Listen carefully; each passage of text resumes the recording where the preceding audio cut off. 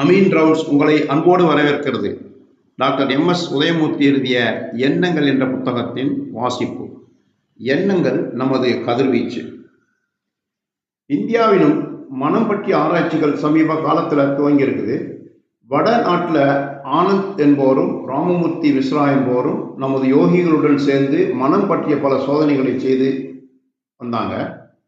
சென்னையிலோ தமிழ்நாட்டிலோ இத்தகைய ஆராய்ச்சிகள் ஏதும் நடக்கப்பட்டதாக தெரியல.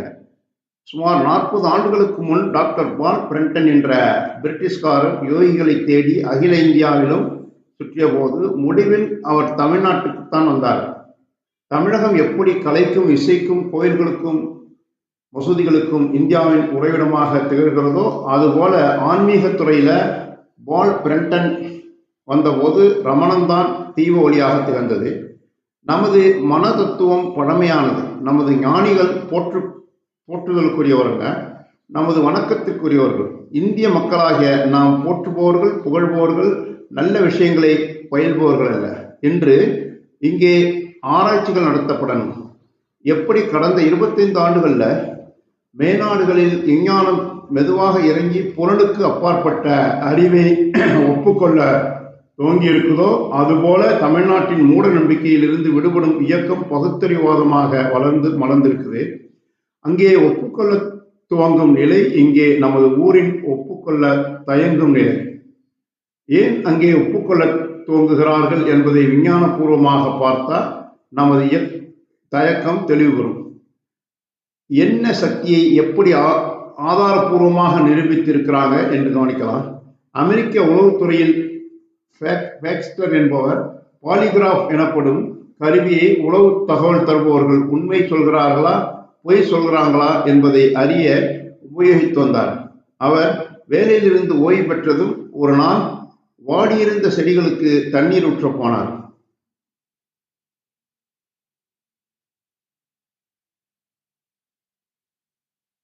தண்ணீர் ஊற்றுவதன் மூலம் செடிகளின் மின்சாரம் பரவுவது அதிகரிக்கும், மின்சார தடங்கல்கள் ரெசிஸ்டன்ஸு குறையும் என்று எதிர்பார்த்து செடியின் இலையை பாலிகிராஃப் கருவியுடன் இணைச்சாரு.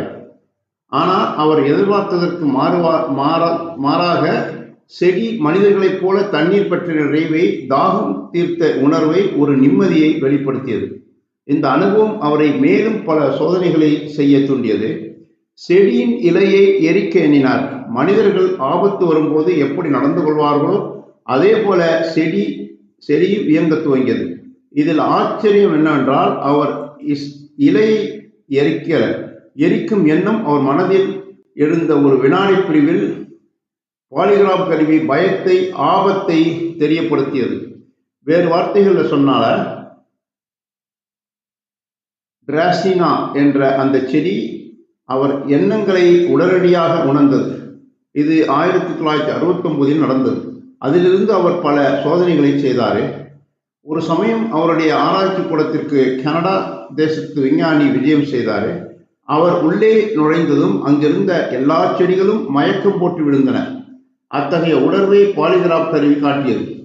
இதை கண்டு வியந்த பேக்ஸ்டர் தமது விருந்தாளியை பற்றியும் அவர் தொழிலை பற்றியும் விசாரித்தார். கனடா தேசத்து விஞ்ஞானி கூறினார், அவர் தொழிலின் செடிகள் இருக்கும் கரி, நைட்ரஜன், தாது பொருட்கள் இவற்றின் அளவை அவர் நிர்ணயிக்க வேண்டுமென்றும் அதற்கு தினமும் அவர் செடிகளின் இலைகளை வறுத்து எரித்து சாம்பலாக்கி தமது சோதனைகளை செய்ய வேண்டும் என்றும் கூறினார். அதாவது அவர் செடிகளை, தாவரங்களை கொள்பவர், அதை செடிகள் உணர்ந்து கொண்டன. அந்த விஞ்ஞானி கனடாவில் இருந்த வரை செடிகள் பாதிக்கப்படவில்லை. அவர் அறைக்குள் நுழைந்ததும் அவை மயக்கம் போட்டு விழுந்தன. கனடா தேசத்து விஞ்ஞானி தமது செடி கொள்ளும் உணர்ச்சிகளை பரவ விடுகிறதாம். அந்த எண்ணங்கள் அவரை சூழ்ந்திருக்கின்றனவா? அப்படித்தான் செடிகள் அறிந்தன. நமது எண்ணங்கள் செயல்களாகி பழக்கங்களாகும் போது நமது எண்ணங்களே நமக்கு மறந்து போயிருக்கலாம். ஆனால் நமது எண்ணங்கள் நம்மை சுற்றி பரவுகிறது, பிறரை பாதிக்கின்றன என்பதை மட்டும் மறுக்க முடியாது. எண்ணம் ஒரு சக்தி. அறிவுள்ள தாவரங்கள் என்றொரு தாவர நூல் இருக்கிறது. ஆங்கிலத்தில் அதில் நமது தொட்டார் சுருங்கி செடிகளை பற்றியும் எழுதியிருக்குது. இதுதான் தொட்டார் சுருங்கி இலை. தொட்டால் சுருங்கி செடிகளை நாம் தொட்டால் உடனே அதன் இலைகள் மூடிக்கொள்ளும். ஆனால் நாம் அதை வீட்டில் வளர்த்தால், தினம் அதை அன்புடன் தொட்டால், தடவி பார்த்தால் அவை நம்மை நண்பனாக ஏற்றுக்கொள்ளுது. நாளடைவில் நாம் தொட்டாலும் அவை சுருங்குவதில்லை, பயப்படுவதில்லை. ஆனால் யாராவது வெளியார் வந்து தொட்டாலோ அவை உடனே மூடிக்கொள்ளும். செடிகள் இசையை கேட்டு மகிழ்கின்றன, வளர்கின்றன என்ற ஆராய்ச்சியை பற்றி நாம் கேட்டிருக்கிறோம். ஜெகதீச சந்திர போஸ் செடிகளின் நுட்ப உணர்வை பற்றி பல சோதனைகளை செய்தாரே. மனிதர்கள் போல சாவின் தவிப்பை அவை அனுபவிப்பதை அவர் சோதனைகள் மூலம் காட்டினாரே. செடி கொடி சித்தர் லூத்தர் பார்பாங் அமெரிக்காவில் பல புதுவித கலப்பு விதைகளையும் செடிகளையும் உற்பத்தி செஞ்சாரு. அவரும் நமது நாட்டு யோகானந்தரும் நண்பர்கள். லூத்தர் பர்பாங் செடி கொடிகளுடன் பேசுவதாக அவரது நண்பர்கள் கூறியிருக்கிறாங்க. நாம் செடியுடன் பேச முடியுமா? இது விஷயங்களை கொஞ்சம் அதிகம் நீட்டி பேசுவதா என்று சிலர் யோசிக்கக்கூடும். சிலர் செடிகள் நட்டால் வளர்கிறது, சிலர் நட்டால் வளர்வதில்லை என்பதை இக்கண்ணோட்டத்தோடு சற்று சிந்தியுங்கள். மனதில்